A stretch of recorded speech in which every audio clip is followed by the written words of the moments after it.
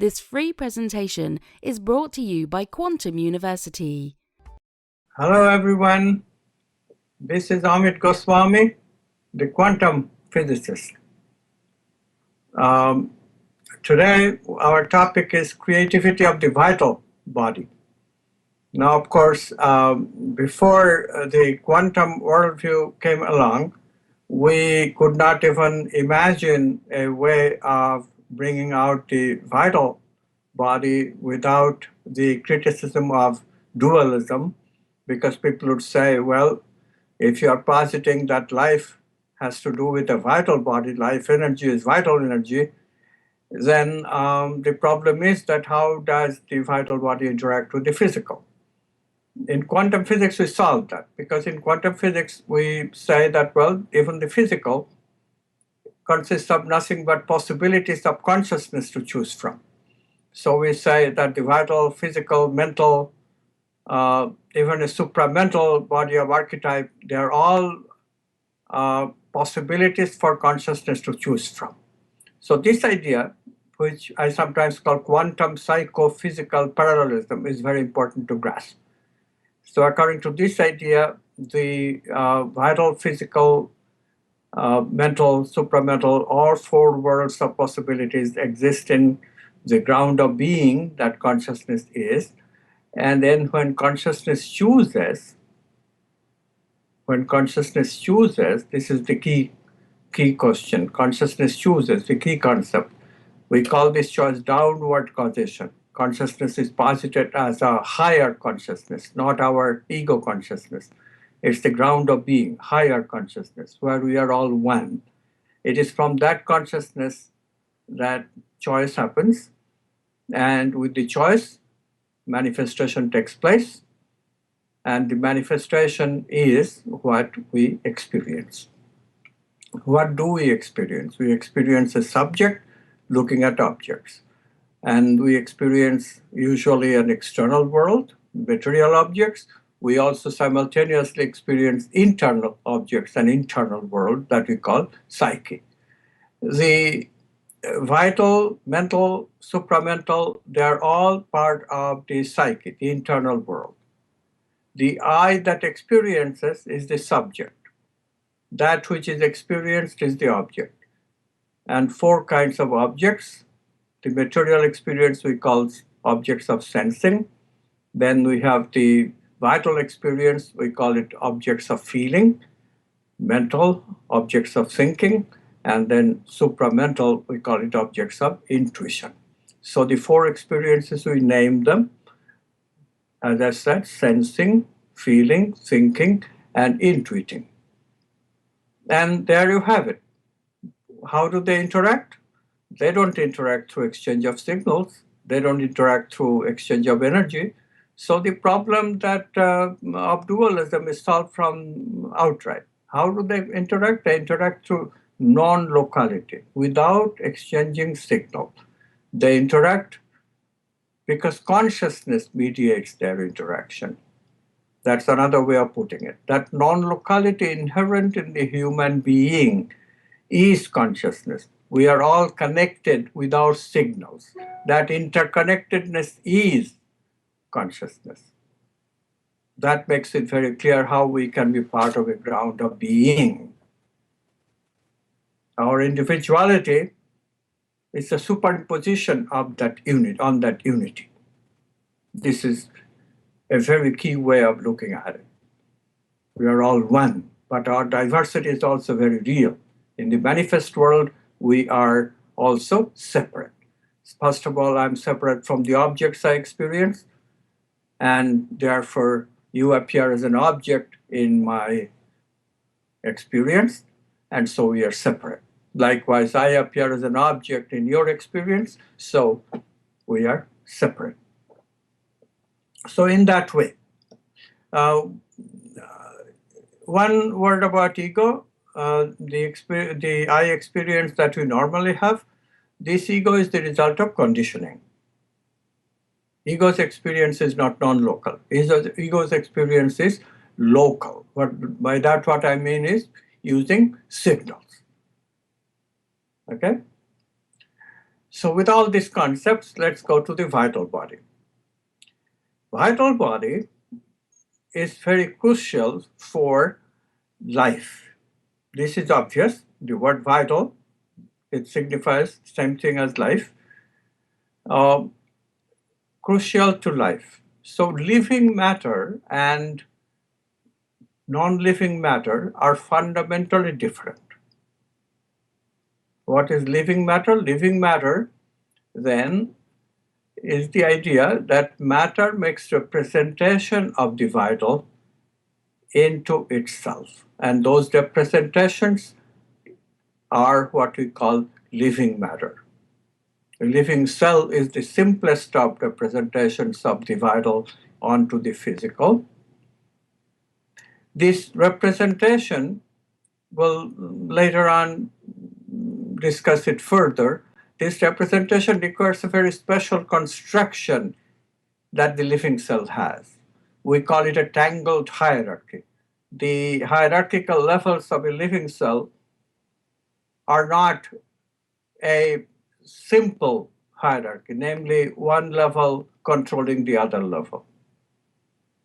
Generally, we think of, when we think of the material world, we think of simple hierarchies like elementary particles make atoms, make molecules, then make the cells. That's the materialist description of it.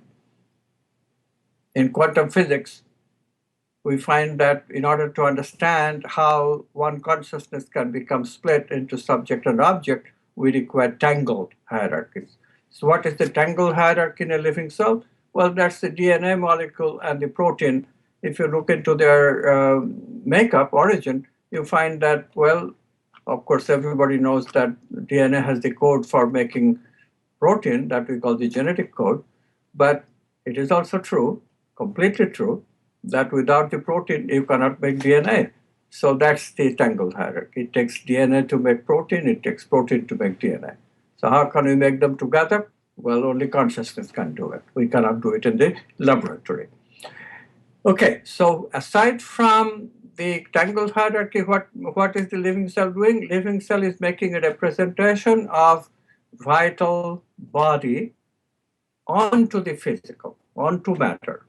This is a key concept, how these ingredients of the vital we call morphogenetic field, blueprint for making biological form. This is a concept that Rupert Sheldrake made explicit in biology in a book called The New Science of Life in 1981.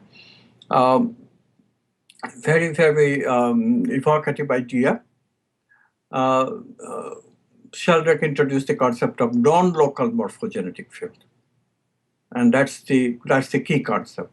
The crucial question that you ask is that how does a cell know in the process of cell differentiation, because all cells are being created from that one initial one cell embryo, but it becomes our very diverse body with different organs. How does that differentiation take place? Because all cells are alike. The differentiation, Sheldrake says, takes place according to these blueprints. They have the blueprint to make the form. Why are they needed? Because how does a cell know where it is in the body? Because where it is in the body crucially determines its form and function. That's the point. So therefore, we have this vital body morphogenetic fields, the blueprints of form, and they're being represented, another word is mapped, onto the physical, and that's what a living cell, that's what an organ, all of these biological forms, that's what they're about. They're representations of the vital morphogenetic fields. So when we have an organ, we really are talking about this vital physical pair. This is the part that the materialist misses. When materialist considers an organ like a liver, it's just a liver. But in quantum medicine, we don't think like that. We say, well, it's liver and the vital blueprint of the liver, the two together. It's a vital physical body. They're correlated. This word correlation is very evocative. Correlation means they have that quantum non-local connection between them. So when you have one of them excited, the other one, the correlated one, also will be excited. So there is always a function being carried out by an organ. At the same time, we also have this morphogenetic fields, associated morphogenetic field involved as well. The morphogenetic fields, their movement is what we feel. Feeling is a movement of the associated morphogenetic field connected with an organ. So therefore, we immediately see that when we are not feeling well, physically we are not feeling well, you have a little stomach ache or you have a headache, a very common phenomena, right? We usually think, well, something is wrong with my stomach, I ate something bad, and so digestive tract is not properly working, all that stuff. That's the physical level explanation. But what is giving us this uneasy feeling? Is it just sensing through the nerves? No, it isn't. The new science, we say that, well, there is in addition a feeling of unease that is coming. Why is that coming? Because the stomach has now ingested something that it's not sitting well. So the organ that you have, the old stomach, the healthy stomach, is now a little distorted because it has extra acid and all that stuff. And so this new stomach is not correlating with the vital morphogenetic fields very well because it's not the representation that fits perfectly well anymore. The ideal stomach, which does not have that extra acid, fits the vital energy very well, so we feel comfortable, we feel at ease. But whenever an organ is not working properly, the vital part doesn't fit very well, and that's when we feel unease. So what do we do with this situation? Look at it, what do we do with this situation? It's actually quite simple. Quite simple, why? Because if you look at the organ, well, organ is a physical organ, it's a macro object. Now the macrophysical, although in principle quantum, but macrophysical has to make representation, so it cannot really have a lot of quantum movement. That's easy to understand. And this is the way the macro world is. If the macro world was not stationary, approximately stationary, then we would have no reference point. We could not tell a house, we could not tell our body, it's always moving. So that's not the way it is. Micro makes up macro. At the macro level, quantum movement is very subdued. So macrophysical has hardly any quantum movement. This is not so with the macro vital. Vital has nothing to do with macro and micro. Vital is not made that way. Micro making up macro. So macro vital, they're all the same. There's only vital. So quantum movement is rampant in the vital. And this is the key. We cannot change the physical energies very well with our consciousness, but we can affect the vital with our consciousness. This is the key. We can change the vital. We can change the energies of the vital, and that way we can readjust the vital to fit the diseased physical. Physical is feeling uncomfortable. Well, physical is possibilities, but the possibilities have little leeway for adjustment. And those adjustments require psychic abilities which most people don't have. No need. Vital body medicine says, well, let's adjust the vital body. Vital body is also a possibility, and those possibilities are possibilities for consciousness to choose from, and consciousness will let the possibilities expand, first of all, and then the expansion will produce a variety of vital possibilities to choose from in no time. So the key question here is that you have to allow the vital energies to expand, which means that you should not be too antsy about healing. You should relax. So when you have a cold, let's say, or a fever, what do? Usually we are antsy. No, that's not the right response. We relax. We relax. Because relaxation brings us more time for the vital possibilities to grow in size. What that means is that more and more possibilities will be included in the possibility pool. The wave of possibility will become bigger and bigger, like a water wave expands whenever we allow it to expand. We don't interfere with it. So in that way, if we allow the vital to expand and then allow consciousness to choose, entirely relaxed, then we can find little relief from the disease because we can choose correctly. Here, of course, if we have intention, that helps. Here, of course, a vital body physician can help by their various tricks, but they all work in the same way. And acupuncturist, what the acupuncturist does by making a pinprick in a limb is exactly what I'm talking about. Throws a monkey wrench in the vital energy potentialities, and those potentialities then grow, and out of which the body knows what to choose. The consciousness knows what to choose to give you healing.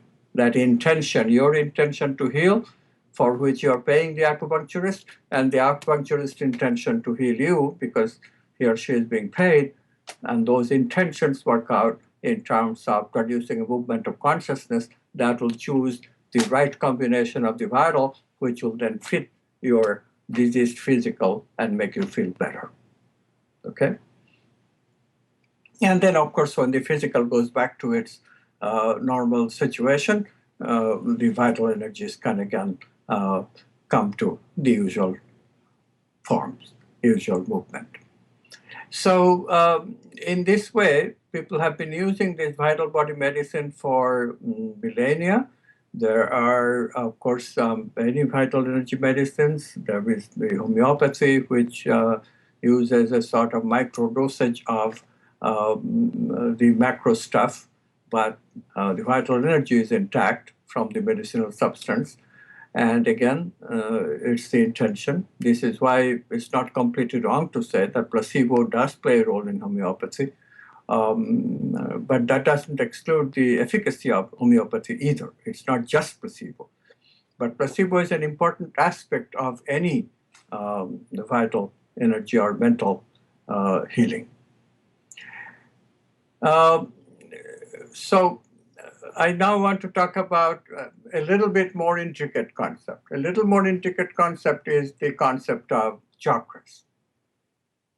We find that the body has all of its major organs pretty much located centrally in the body, just about along the spine. If you think of the spine, a long line going from your anus all the way to the neocortex, brain, pretty much all the important organs will fall this way, that way, a little on this central axis. So on this axis then, the Easterners identified 7 major points. These are called the chakras. So if you look at them, you find that, well, these are the places where the most important organs of the body are. For example, the lowest chakra, the elimination organs, the anus, that's where the elimination organs are. And then we have the second chakra, the sexual organs, reproduction, a very important function of the body. And then we have the stomach. That is the very, very important function of metabolism is carried out in these organs, like the stomach, the liver, gallbladder, and so forth. And then we have the heart, where not only the heart, which gives us circulation of blood, very vital, but also the thymus gland, which is a part of the very important immune system, which gives us protection against intruders of the body. And then we have the brain. The throat chakra is the lowest, the place where the hindbrain sort of begins. Also the organ of the vocal cords and all that, because that's why we call it a throat chakra. And then we have the midbrain, the the third eye between the brows. That's called the brow chakra, or sometimes the third eye. And then we have the top, the crown chakra at the neocortex. So all these chakras are, as you can see, the places where there is a major organ. And precisely then, what is the chakra? Chakra are the places where the organ and the associated morphogenetic field, that is the blueprint of the organ, that's the vital physical organ. So there is a physical body, and there is also a vital body. And we imagine that the vital body, likewise, the vital counterparts, they are also connected, they affect each other.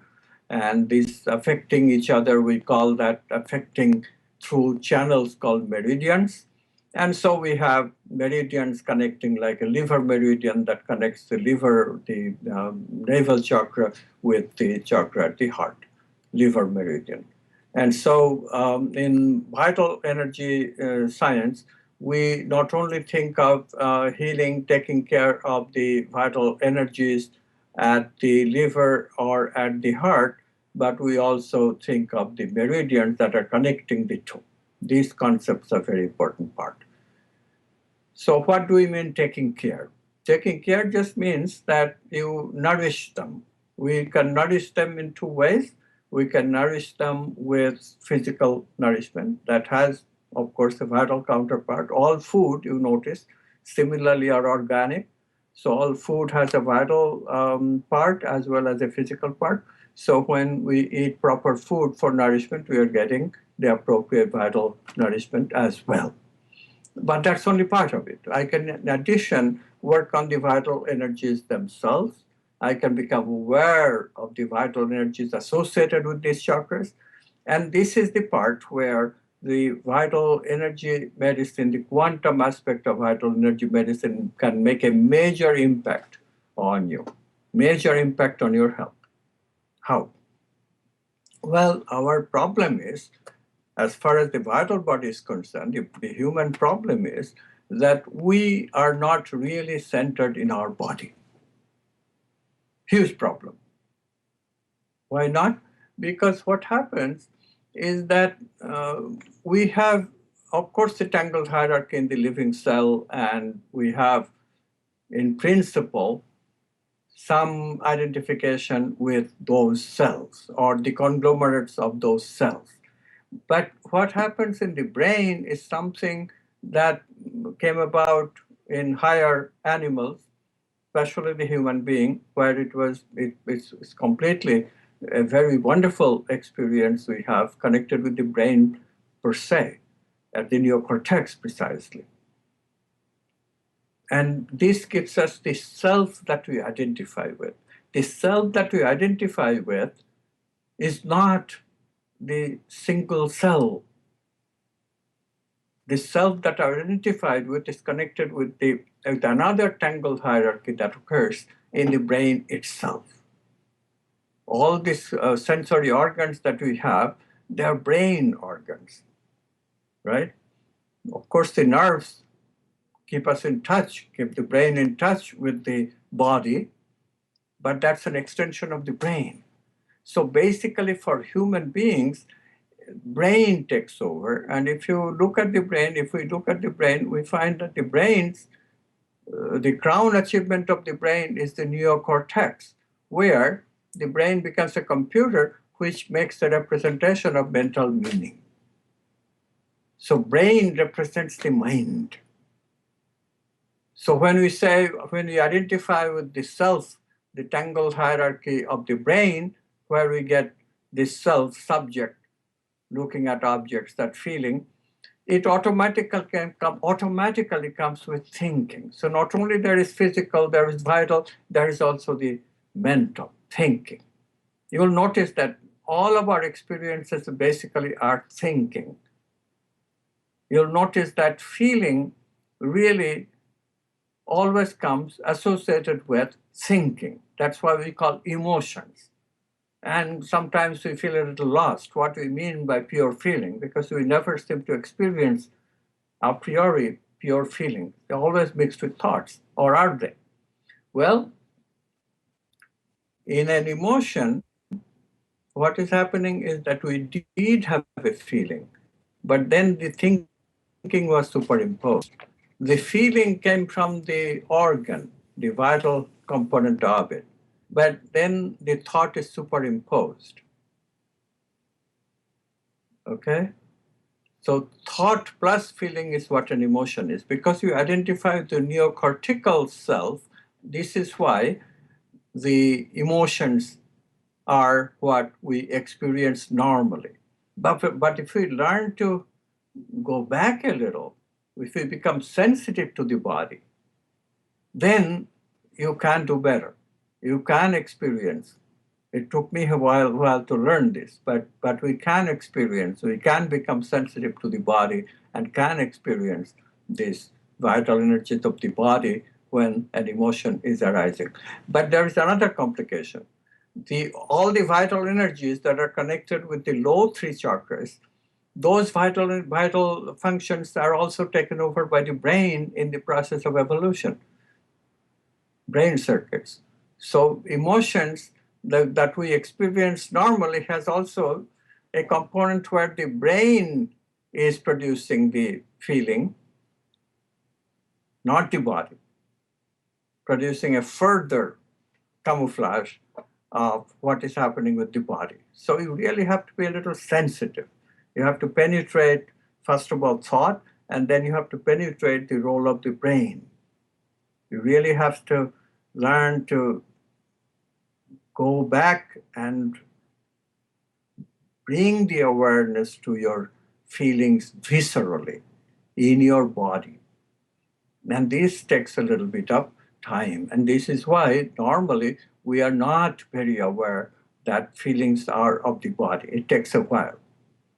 I'm sure those of you who are already studying at this university, they have gone through these ideas, and I'm sure that initially you were very puzzled that we are talking about chakras in the body, but generally speaking, we don't feel the energies in the body. Although we learn to do that once we become aware, especially when we put our awareness in chakras and do some exercises, we become aware. Or if you can do Tai Chi, and that's a very great way of becoming aware. Or pranayama, if you pay attention to the breath, you become aware very easily that yes, there are energies also in the body. And once we become aware of these vital energies of the body, then we can play with the chakras, and that can produce a tremendous amount of new vital energy medicine that human beings have hardly used.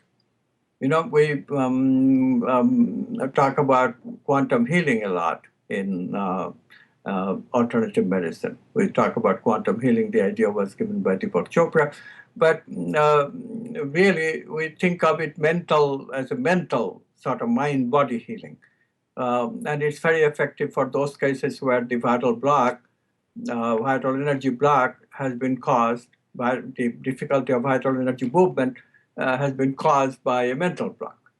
And that's what, in my book, The Quantum Doctor, I also talked about quantum healing only in connection with the mental mind producing a block in the vital energy. For example, the obvious example that comes to mind is the theory of cancer that I gave in The Quantum Doctor, which is a very simple understanding of cancer. Some types of cancer, one should qualify. There are many, many types of cancer. Some of it can be of different origin. But certainly, a major source of cancer could be immune system malfunction. How does the immune system keep functioning in the human body? If you look at it, the thymus gland is in the heart chakra, so it's a heart chakra organ. Immediately you get the sort of feeling that you'll have at the heart chakra.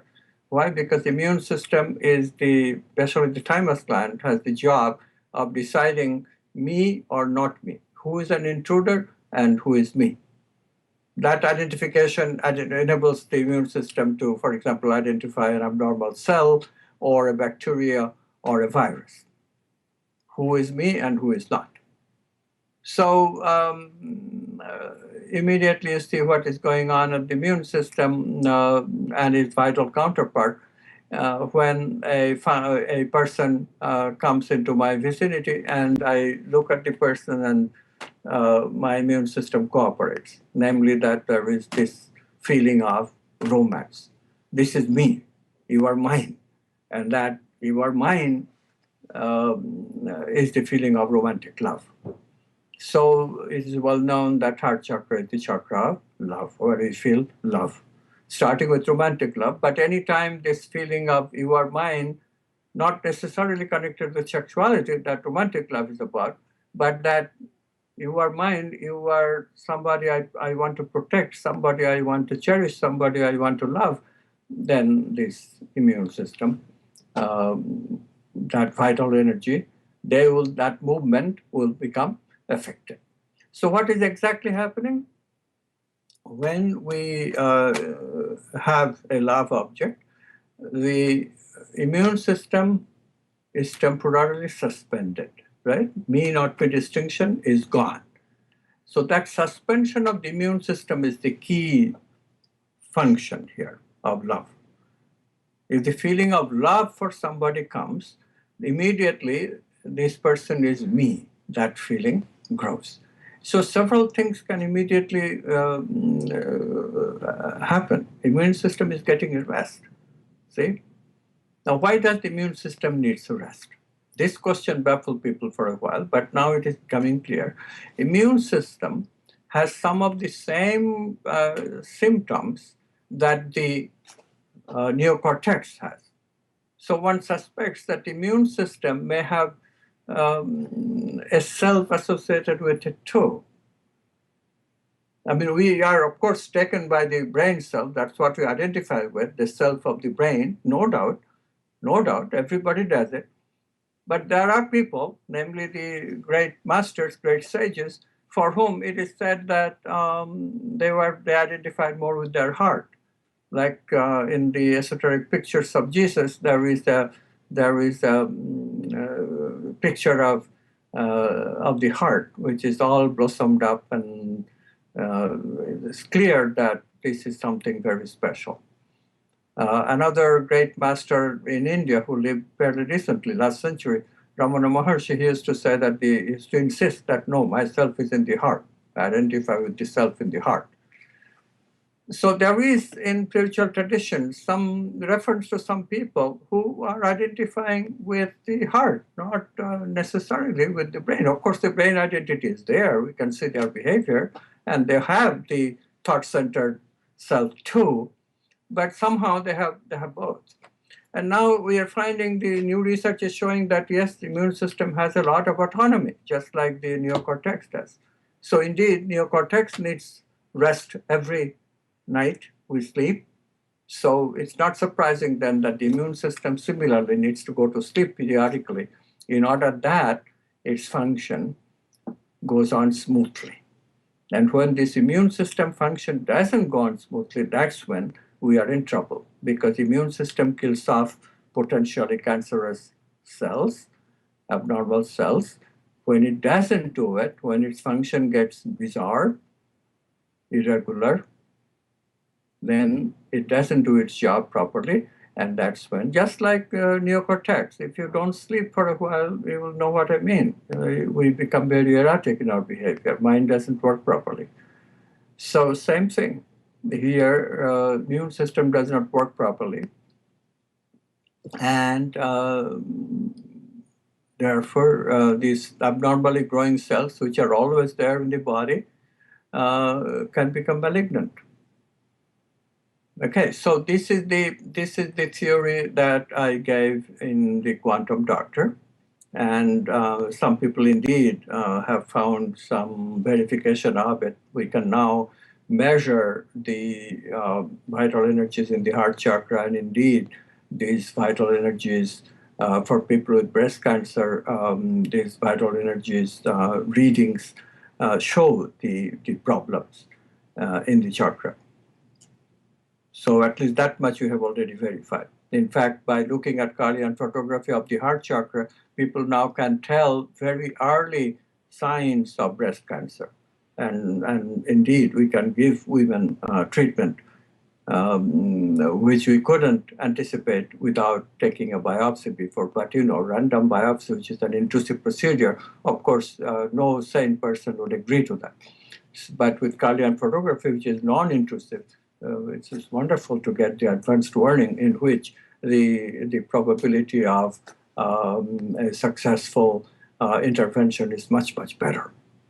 So in this way, this kind of theory is already serving a role, but I think we can make it better by paying more attention to what these sages, the mystics, are saying. That look, we have the ability, we can identify with the self of the heart. There is that possibility. So perhaps we can think of a way that there is a tangled hierarchy in the body, of which immune system is a part, of which heart chakra is a part. And then you look at the Chinese medicine. What happened to me was that I was talking to a Chinese medicine doctor, and he attracted to the attention of the fact that he treats women a lot by paying attention to the nutrition of the liver, the heart chakra, and the meridian that connects the two, the liver meridian. And he says tremendous success with preventing breast cancer of his clients. So I became curious, and indeed Chinese medicine shows that there is a connection between, not in the physical level, but between the morphogenetic fields, the vital level. There is a connection between the morphogenetic counterpart of the liver and the morphogenetic counterpart of the heart or immune system. That makes it a tangled hierarchical connection. Not at the physical level, but at the vital level. But then the vital level is measured by what is called the electromagnetic body that is superimposed on the biochemical body. This is also a very exciting recent discovery. Of course, research is going on in this field something like 30, 40 years. It's not that recent. But we are gradually accepting that there is, we have both a biochemical body, which people know about, which biologists research, but then these biophysicists, they are researching the biophysical body, bioelectric body. And all this,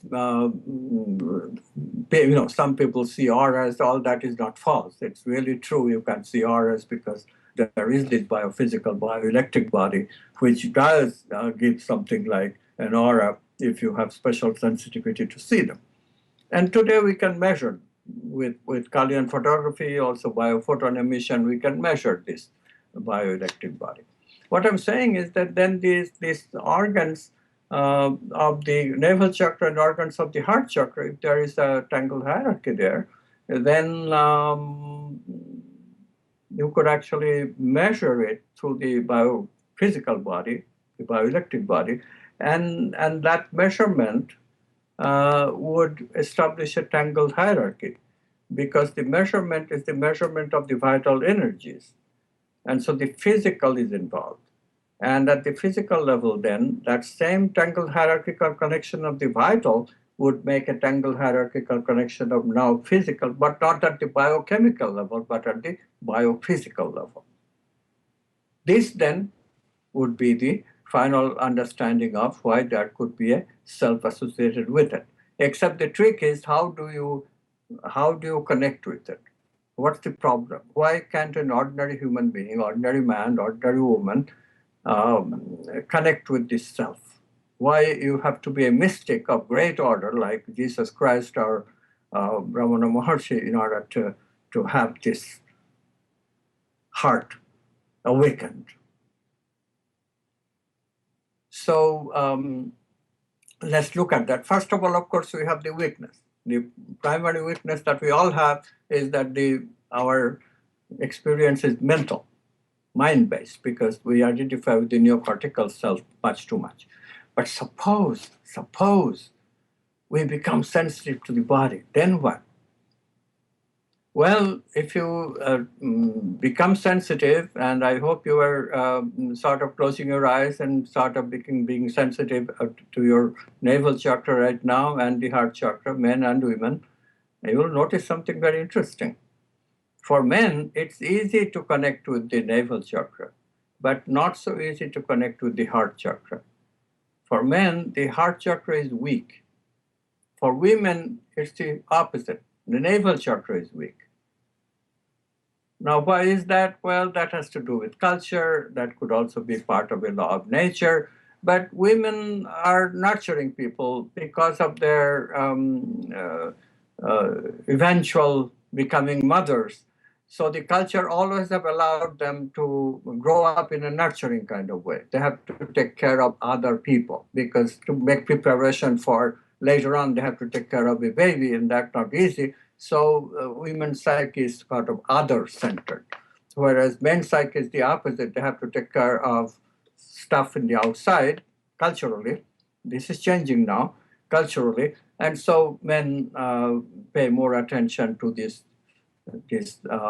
organs of the navel, where the body is being nourished, body is being all the metabolism stuff, support of the body, maintenance of the body is going out of the navel. So they're very aware of it. Another contribution is sexuality.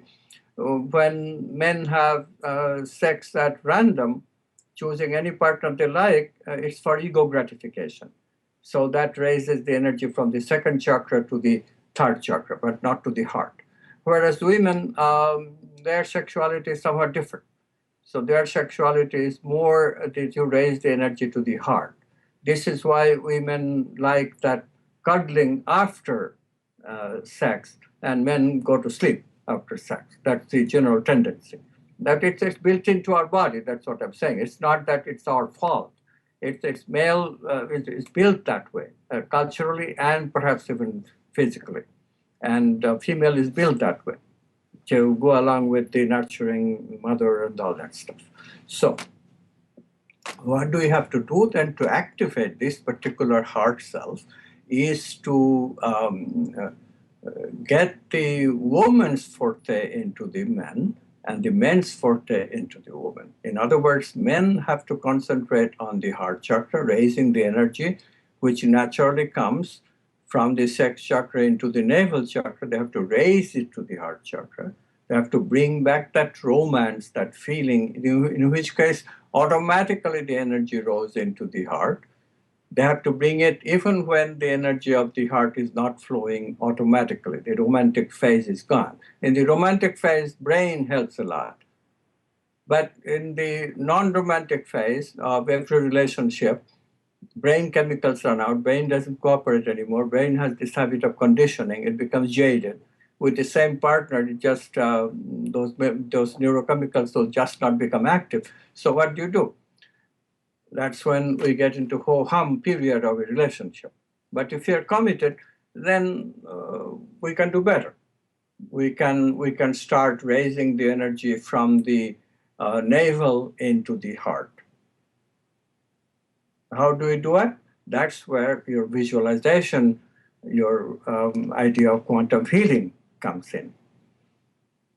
What is visualization? Visualization, we have tried visualization. I'm sure you have tried visualization for mental creativity. We all do that. You want to draw a picture, the way to do it is to imagine. You visualize. But you don't immediately draw the picture. You let the unconscious work on it. You let the unconscious work on it in the sense the possibilities will proliferate because they are a wave of possibility, and the proliferation gives you more possibilities to choose from. This is why we imagine first, but we imagine a relaxed way. A relaxation produces proliferation of possibilities. Then we choose and we draw the picture. What has happened in the process? Our choice is from a bigger pool of possibilities, so we'll be more creative. This is the idea. Same thing we can do with the vital. We visualize that we are raising energy. If we are a male, we are raising energy from the navel into the heart. We visualize that. And we also slow down in the vital level. Slowing down in the vital level is quite simple. Instead of breathing hard, which is what we normally do, superficially, we breathe deep. that slows us down. So when you are having sex, for example, if you breathe deep and if you're generally slow, you'll find that vital energies have slowed down. And in those moments, if you try to imagine that your energy is rising from the navel chakra into the heart chakra through the meridian, that is the visualization you need. And that visualization then will produce work in the unconscious, the possibilities will proliferate, and the creative idea of connecting to the heart will be born. Now, in the literature, this is called, the whole Kundalini research is about this particular idea. The energy will rise through a new pathway, meridian, and this is what that Kundalini rising from the base chakra to the all the way to the ground chakra, that kind of picture is built. But this is really the quantum process behind it. So quantum healing is taking place, can take place in terms of giving us the sense of self even in our body. When that happens, that is the basis of emotional intelligence. Because if we have that, then we are in charge of our feeling component of experience. We don't depend on thinking. Thinking gives meaning to the feelings, and thinking always produces distortions of the feelings. If we have charge of the feeling, then we don't have to feel in the way that our body, our brain has been conditioned to feel. For example, when you are feeling anger, when you are feeling depressed. And these all have a huge, huge effect on the physical body disease, as you all know. Traditionally angry people, what happens to them? They get heart disease. Traditionally depressed people, what happens to them? They eventually get cancer, the suppression of energy. So all these ideas that you encounter in treating disease for people, all these ideas can now be treated by simply teaching people how to become, first of all, aware of visceral component of emotions in the body. First, the awareness of the vital energy in the body at the chakras is very important. But then you can go further by these visualization practices, slowing down the vital body and really start quantum healing at the vital level. How can a physician, some of you are training to be physicians of the vital, how can you help your client? Well, you can help in the same way that I have suggested in the Quantum Doctor. You can develop a tangled hierarchical relationship with your client where you will be working together. So you work on your vital energy while he or she works with his or her vital energy. And then together, you will be one consciousness. So whatever you do in a connected way. You become connected. So your consciousness is healthy, your consciousness is strong, your consciousness has vital awareness in the body that will help your client to develop vital awareness in the body, develop the slowing down that is necessary for the unconscious processing to take hold, and even help to produce the quantum leap that gives the better control on the body. In this way, I think we can completely revolutionize vital energy medicine. So before we had right now what the vital energy medicine, what does it do? Right now all it does is to produce this vital energy movement proliferation, possibility proliferation, sort of by blind chance. Acupuncture is throwing a monkey wrench in the affair, nothing directive except the intuition, except the intention. That part is directive. We want to be healed. And sometimes it works, but sometimes it doesn't also, Acupuncture, you have to go several sessions, my experience, and almost everybody's experience, before it starts working. No, often not in the same session, not in one session. And that is because it just, there's a big chance part in the process. Same thing for any medicine. You take herbal medicine, what happens? The vital energies of the herb goes with the vital energies that you are generating in the diseased body, and they mix up in various ways in the unconscious, and then choice happens out of that. But is that combination always effective? Yes, sometimes they are, and sometimes they aren't. So it takes, again, some time to work. I'm not saying that the creative doesn't take time either. Creative can also take time, but creative will have even another component in your control, which is the best part of it. And then there are some ways to enhance creativity that we now know, for example, conflicts and stuff. As you go along with the research, you will understand those things better too. And that will, I think, eventually produce the revolutionize the vital energy medicine by bringing in this concept of quantum healing from mind-body healing into also vital body healing. Thank you. Join the quantum medicine movement. Speak with an admission advisor today.